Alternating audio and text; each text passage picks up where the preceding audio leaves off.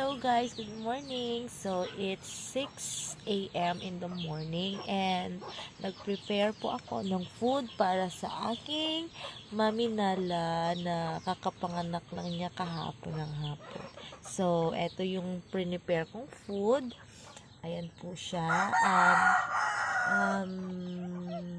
Nilagaan ko po siya ng chicken and then malunggay para po ma-induce or yung milk production po ng mami Nala namin. So, ayan siya with her babies. Good morning!